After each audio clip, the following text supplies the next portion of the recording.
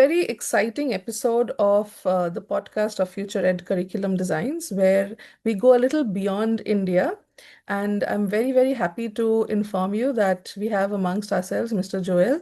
And he is somebody who's been doing a lot of work with regards to teacher training, with regards to technology, with regards to ed tech. So I would request Mr. Joel to introduce himself and tell us what he does. Mr. Joel. Thank you so much, Tanya. Mm-hmm. Gosh, this is wonderful moment for me, and I think I'm really privileged to be here with you today. And so, regarding that question, what I do, first of all, I'm a teacher. I'm a certified trained teacher teaching in Kenya, teaching computer science and pre-technical studies. But beyond the classroom, I've always have had a good touch with teachers. So I help teachers to become better versions of themselves. So I run a community of practice we call as COP for teachers. And this community is having teachers of like-minded people who come and share best practice regarding the use of technology, regarding the use of IC tools in the class, and also how they support learning, how they make their work easier. So ideally or basically, I always be in the front line to help teachers become better in terms of adopting the 21st century teaching pedagogies and also best practices global. Yeah. That is so amazing. I aspire to be someone like you because I've also started this community of practice, but it's very new and it is quite a challenge to be a front in the front lines of community of practice to drive the interest of teachers and to get them to share their best practices. So let's start with, this is going to be a question answer format. So how did you, start off or what as, interested you in coming into the ed tech, aspect of teaching, learning, or how did you start off with the journey? My journey started in the year 2010, when I stepped into the class as a Mm-hmm. teacher.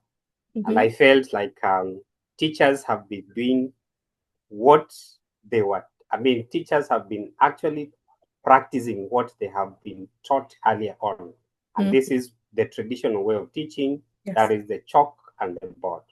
And Yes. so I felt there's a very big gap in terms of how technology is growing fast.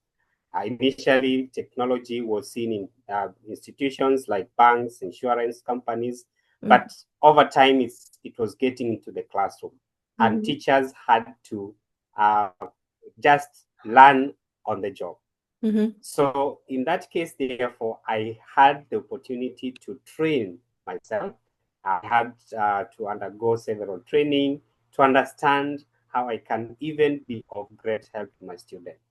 But then I felt this movement is not going to reach as many students as possible, because Yeah. I felt like within my school, it's just a number of students who benefit. Mm-hmm. So I thought I could bring in other teachers who are even self-motivated and also they're passionate about technology and they can learn a skill. So Mm-hmm. in that case, actually, we had a good number of teachers in our community where now we could decide, like, how do we help ourselves to Mm-hmm. help others and get to support the students we teach. So that has been the journey. And as I'm speaking today, our community has grown. We have thousands of teachers, not only from Kenya, but across Africa. Like today, we are going to have our webinar. We have webinars every Saturday, and those who have registered to attend are over 1,000 teachers. I wish you could attend this and just be part of the discussion. I will definitely do attend. I'll attend it one day. It's a humongous task to have teachers on board and, thousands of teachers all across Africa. Kudos to you. I don't know how you do it. Amazing work.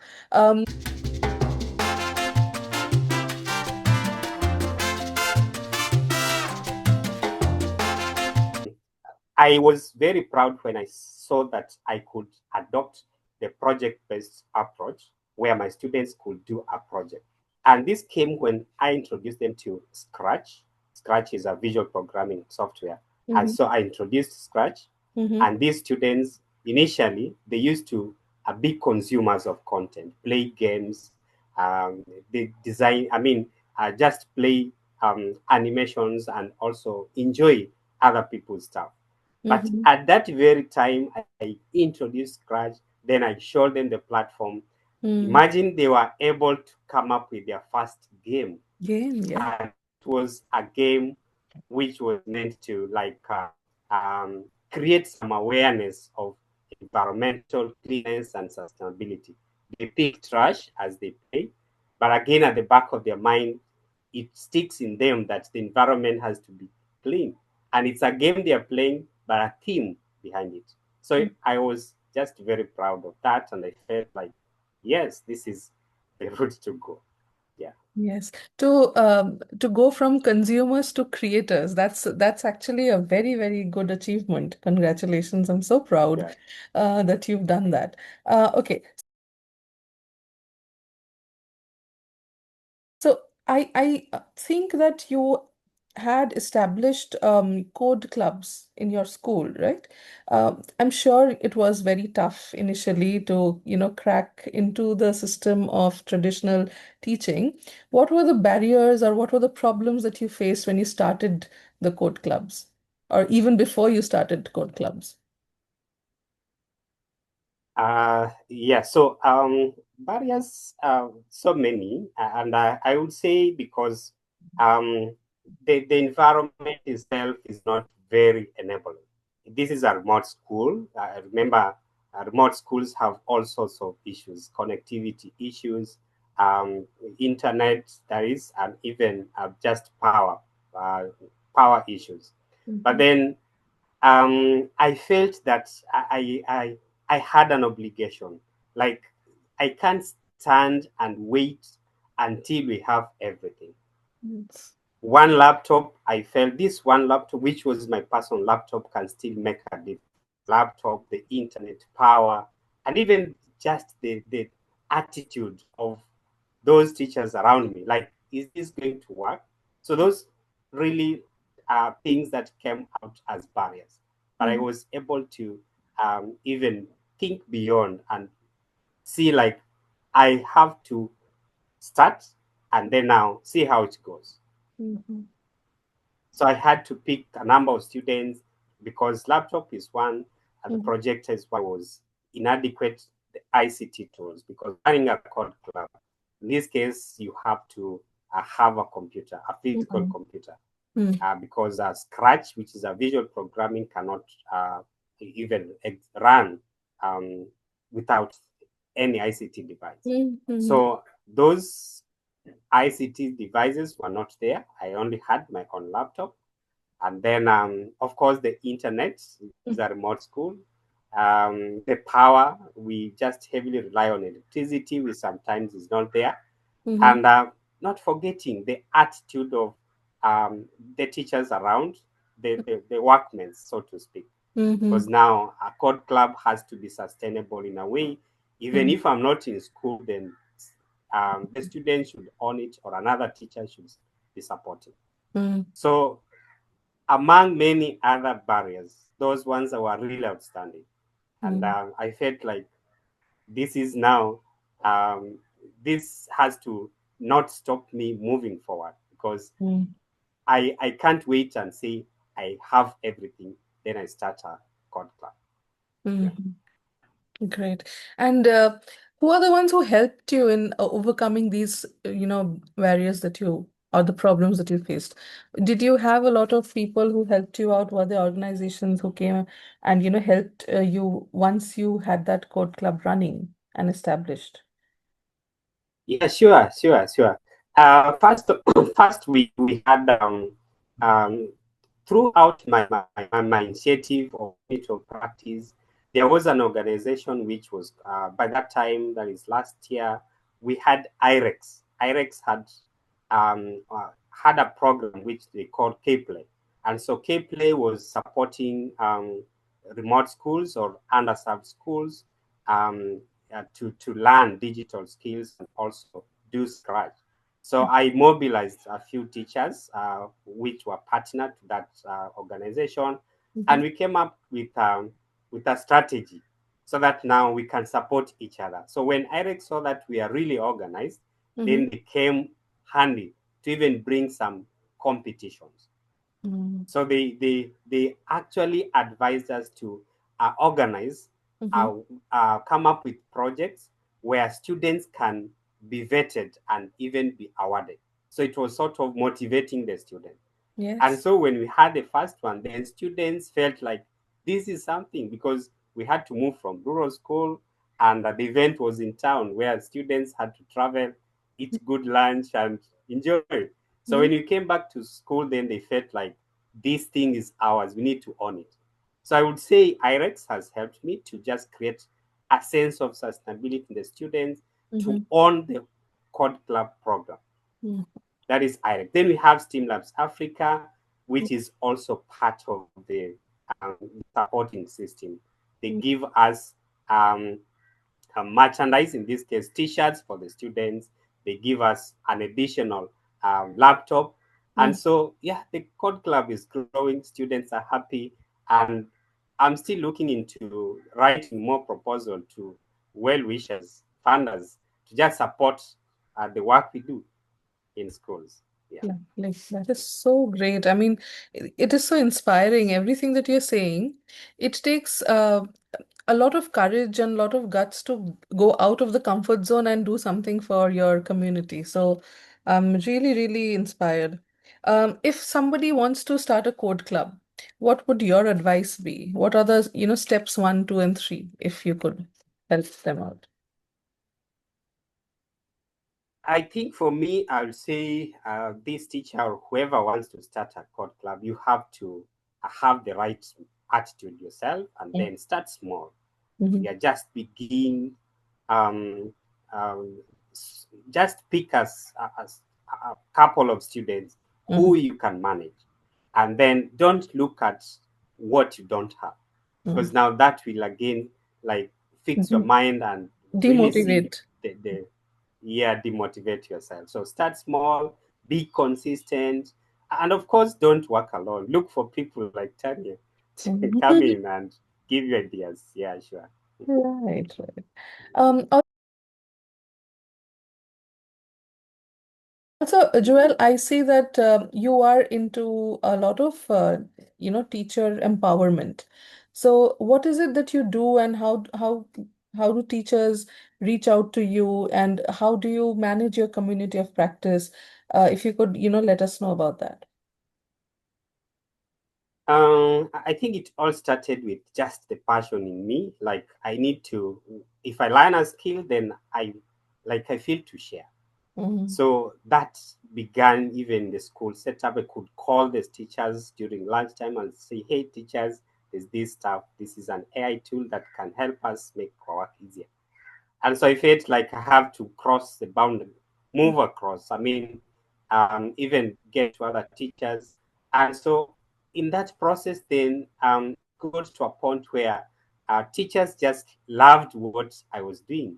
And then they also suggested, how then will this thing be sustainable?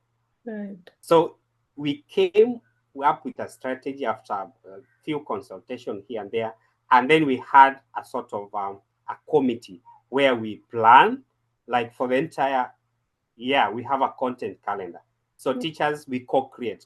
Teachers come up with, um, they bring the themes or topic of discussion. We create a calendar together, and then we source for experts to come Mm, and talk to the community. So lovely. if you are an expert in computer science, you are an expert in um, Mm, physical computing, then you reach out.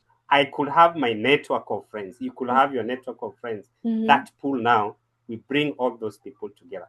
So it means even as we speak, it doesn't mean I should be there for that workshop to happen.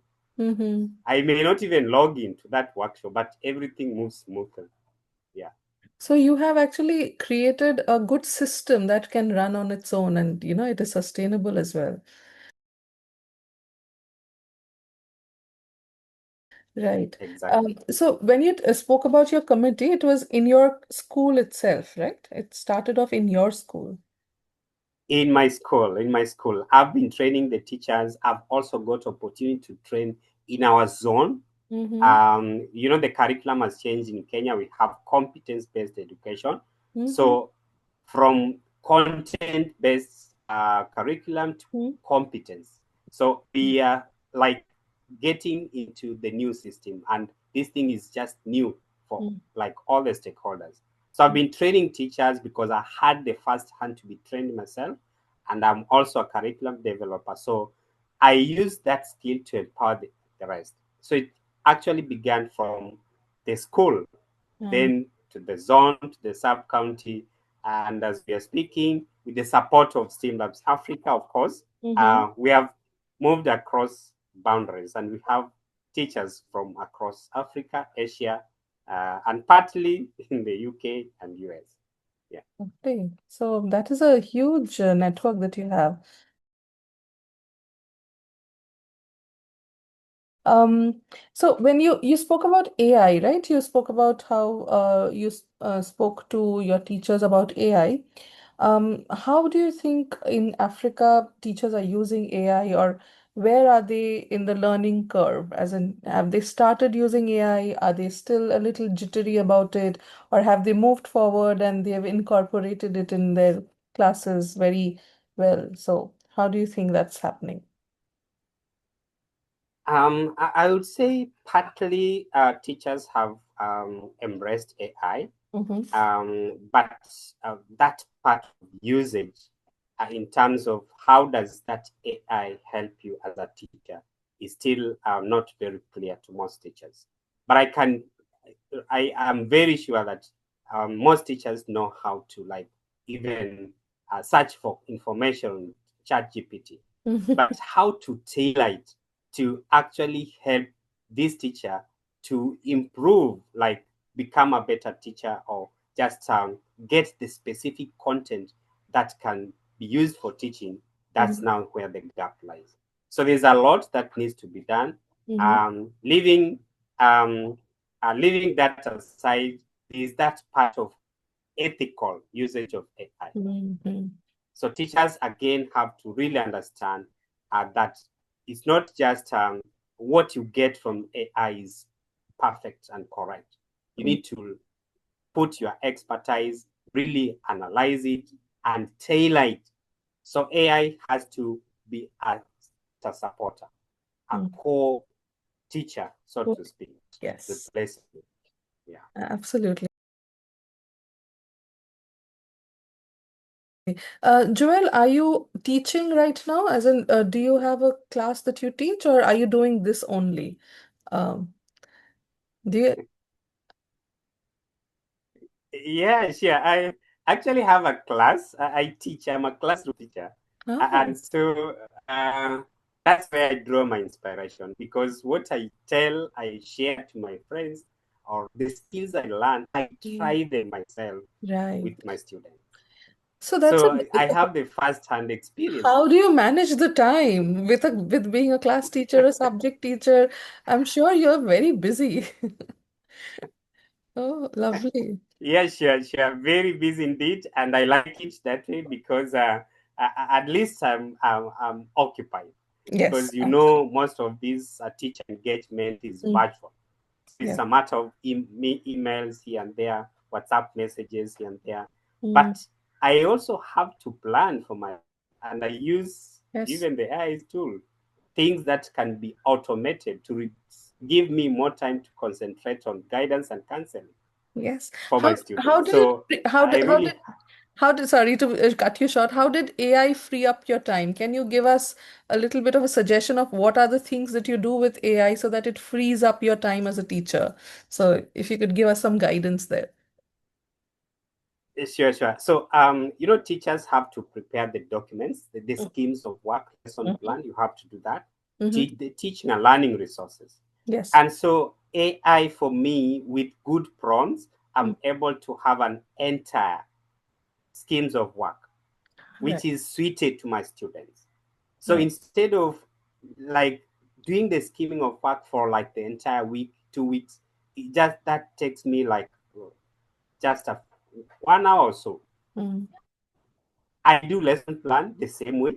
I Mm-hmm. generate resources, Mm. resources which are kind of tailored to my student, Mm. individualized resources, and it's really cool Mm. because even generating report cards. So there are those tasks that can be automated.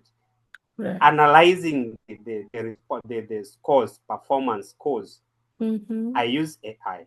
Initially, if you go traditional, just Mm-hmm. analyzing to see like who is above, who can take edges. If Mm-hmm. you have a class of 100 Mm-hmm. plus, What is the class yeah. So strength? What is the class strength in your school? As in, how many students are there in a class?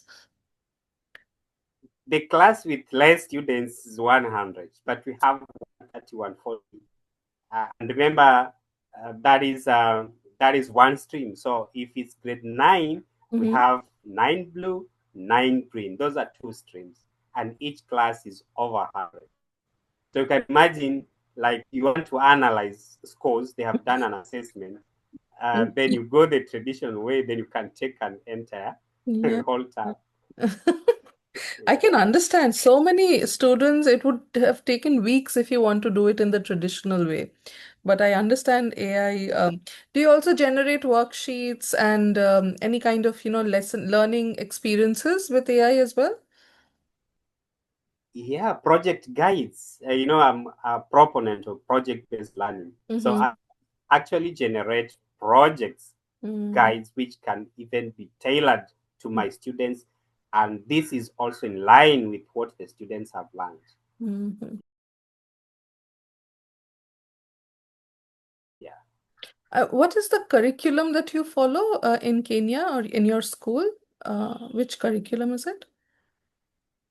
The curriculum is competence-based education, referred to CBE, competence-based education, which Okay. is mainly focusing on competencies, like what are you able to do with the knowledge you get, Mm, not just knowing, but mm, application.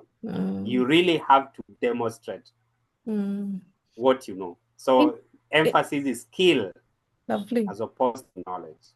Yeah. Lovely. So, in India also, we have something called the National Education Policy, NEP, and it has come up with competency-based learning. But I think teachers are, they are getting into the training mode and they are getting trained.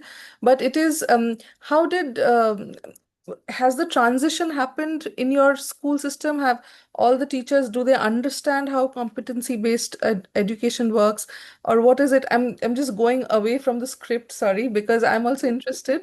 How are Yes, sure. Where are y'all? Because competency-based education, teaching that kind of a curriculum takes a lot of skill, takes a lot of training. So where is Kenya over in that particular trajectory? Where are the teachers now, right now? I think somehow I would say the teachers have got to a certain point to understand. Oh. Although also a huge number of teachers who still need to be mentored, who still need to be get to be retrained because Mm-hmm. now training has not taken in their colleges and the universities. But as it is, the policy has even redirected that competence-based education, the skills and the knowledge and all what it pertains is also trained. I mean, is also provided in the universities and in Mm-hmm. colleges. So Mm-hmm. when teachers come to the field, then at least they have some good understanding. But of course, we like there's a lot of negative attitude. Like this is too much for me. A lot of paperwork, a lot of um, not of ranking. Teachers are used to rank student, like this is number Mm, one, this is number two. In mhm, this case, now we want to say, like, if I'm not able to do math, mhm, I can sing, then let it be. mhm. Yeah. So there's a lot to be done, but Right. teachers are getting there over Lovely. time. So good to know. There it requires a lot of unlearning and relearning, right? And unlearning is very Yeah. difficult. Yes. Yes. Once teachers are set into how they teach, unlearning something is very, very difficult. Yes. So that's good to know that that has happened. Um, so let us now focus on the Microsoft innovative educator expert that you are. And how has it changed your classroom? And how would you recommend educators start, doing certifications like that? If you could tell us about. Yeah, thank you. So Microsoft Innovation Educator is a program offered by Microsoft, Mm-hmm. which is renewed every year. So ideally, you have to use Microsoft products and demonstrate. When you want to renew, like it's a Mm-hmm. license, you want to renew, you should demonstrate how did you use Microsoft tools. Okay. Okay. So you see, for me, all the webinars or the sessions we have virtually, I use Teams, Microsoft Mm. Teams, Right. and that's one of the platforms that it's easy for me to demonstrate to them or to the vetting team that Mm. I use your product. Mm. Besides that, there are so many free courses in Mm. the system we call Microsoft Educator Learn. So those courses, teachers can log in and do a course, get certified. Mm-hmm. But we, we always know that certificates may not really give a good impact in the classroom, but the skills that you Mm-hmm. get can. Mm-hmm. So we encourage. Personally, I always have some time to do a course. The courses are very, very. So if I find free time, I do a course there. Okay. And then I transfer the skills into my class. I contextualize and bring the concept that um, can help my student in the Mm-hmm. classroom, and in the process I document. Mm-hmm. I document, like I create short videos, I do some still photos, I do some portfolios, which again then I show as evidence, like I tried this, like get into that space of Microsoft Innovative Educator. Mm-hmm. Then those are free courses he or she can do. Mm-hmm. And then now you become a member of a global network where you share best practice, where you could just push a question, and yeah, people are there to support. You don't just necessarily only rely to the teachers within your school. Yeah. So it changes your mindset and you become a global thinker, Mm-hmm. global teacher in that case. So true. Absolutely. Um, So I would want, because you have done such a lot of things with teacher education with teachers, I would want you to, give us a little bit of a guidance to how do you envision or what do you see happening in future in the teaching learning process? How would it change or would it remain the same with AI coming in? Do you think the entire of the employability of the students will change, or how will we be able to impart education in a way that will make them, employable to the future, careers that we don't even know right now? What would be your advice to educators? So my advice would be here that we as teachers or educators need to really be able to learn ourselves. Mm, As you said, you have to unlearn, relearn, so mm, that now you get to fit in the system. mm, I would also say that because of technology and this case AI, then AI, usually teachers say AI will not replace the teacher. Mm-hmm. But now, those teachers who efficiently use AI Mm. will replace those who are very, Yes. they are not using it for that case. Yes. So again, now it depends on where is the balance. Do you want to like remain the way and Mm-hmm. teach the way you have been taught by your teachers? Mm-hmm. Not absolutely. So there's so much that teachers need to understand and also be ready to learn. A growth mindset for Mm-hmm. teachers is what is required. Yeah. Right. If you had somebody who wanted to collaborate with you, who wanted to get in touch with you and learn from you or share their practices with you, I'm sure the whole of Africa knows about you, but if you could, if somebody from India wants to, get in touch with you or do some work with you, how would they approach you? Yeah, I'm open to partnership, or we are open to partnership. Mm-hmm. And you can reach us like the way you reached me in the social media, that's LinkedIn. Mm-hmm. But again, you can also get me through my email. I've shared the email address. We can Okay. always have a conversation. Um, there's one organization that supports me heavily with the work I do, especially in the communities and the webinars. This is STEAM Labs Africa. Mm-hmm. So in under STEAM Labs Africa, when you get to their website, you could even get me there. When you also go to the social media handle for STEAM Labs Africa and tag me or mention my name, Mm-hmm. I can always be available and hook up with you. So yeah, Yeah, we can keep the conversation going, and absolutely. I'm open to partnership. We can do this together, Thank even much better, and change the lives of our students. Yes, yes, that is the whole intention of getting students to be ready for the future. That is the whole intention. Thank you so much, Joel. I've learned a lot from you and I seek inspiration from you. I will get in touch with you. And I would, the way that you have also counseled me as to how to, get across to educators, that would also be very, very effective, I'm sure. Okay, thank you so much.